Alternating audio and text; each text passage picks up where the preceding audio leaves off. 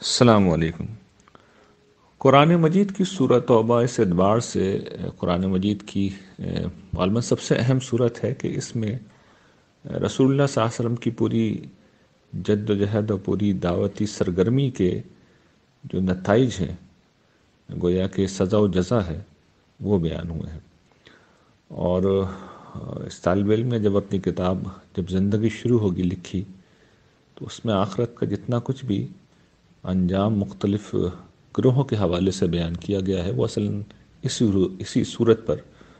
مبنی ہے۔ یہ ایک الگ موضوع ہے، خیر اس پہ کبھی الگ سے گفتگو ہوگی، لیکن جو اس وقت مجھے ایک بات آپ کی خدمت میں رکھنی ہے وہ یہ کہ قرآن مجید کی اس صورت میں اللہ تعالیٰ نے ایک مقام پر آیت نمبر 81 میں ان لوگوں کا ذکر کیا ہے جنہیں جہاد کے لیے اٹھنے کی دعوت دی گئی تھی، اور یہ نصرت دین کی اس زمانے میں سب سے بڑی شکل تھی اور ایک عظیم دعوت تھی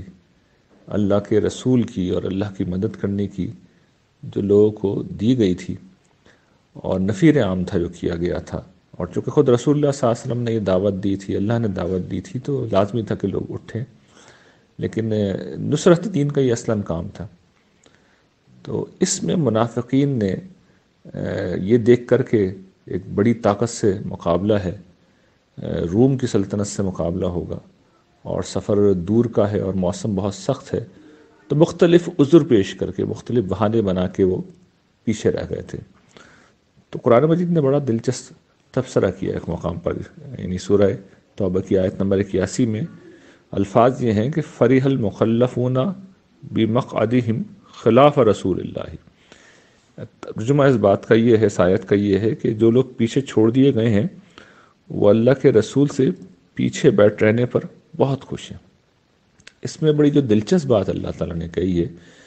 کہ جو لفظ استعمال کیا گیا ہے وہ مخلفون ہے، یعنی پیچھے چھوڑ دیے گئے ہیں۔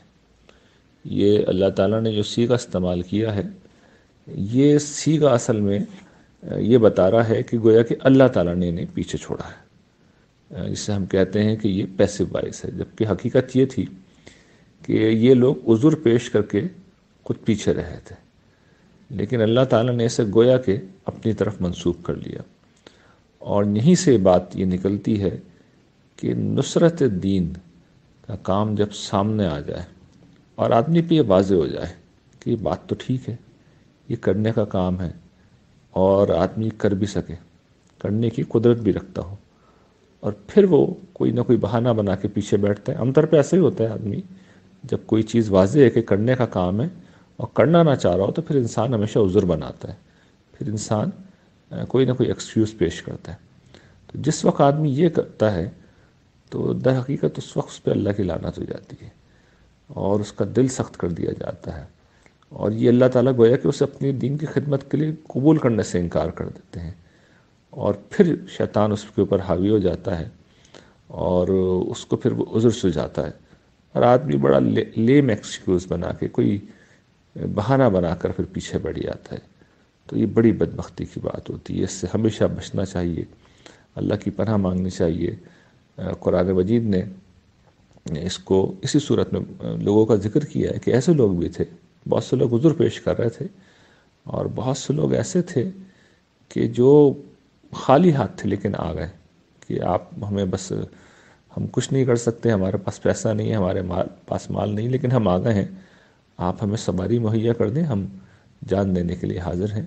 تو رسول اللہ صلی اللہ علیہ وسلم نے کہا کہ میرے پاس تو انتظام نہیں ہے، تو قرآن کہتا ہے وہ روتے ہوئے واپس گئے۔ تو اللہ تعالیٰ نے ان لوگوں کی بھی بڑی تحسین کی ہے۔ تو آدمی کچھ نہ کر سکے، خیر خواہی کر لے، اللہ تعالیٰ کی بارگاہ میں آنسو بہا لے کہ میں یہ کام نہیں کر سکا، تب بھی انسان اللہ کے یہاں سرخرو ہو جائے گا، تب بھی انسان اللہ کے یہاں سرخرو ہو جائے گا۔ لیکن یہ جو عذر کی نفسیات ہے، بہانے کی نفسیات ہے، یہ انسان کو ہلاک کر دے گی، تو اس سے اللہ کی پناہ مانگنی چاہیے۔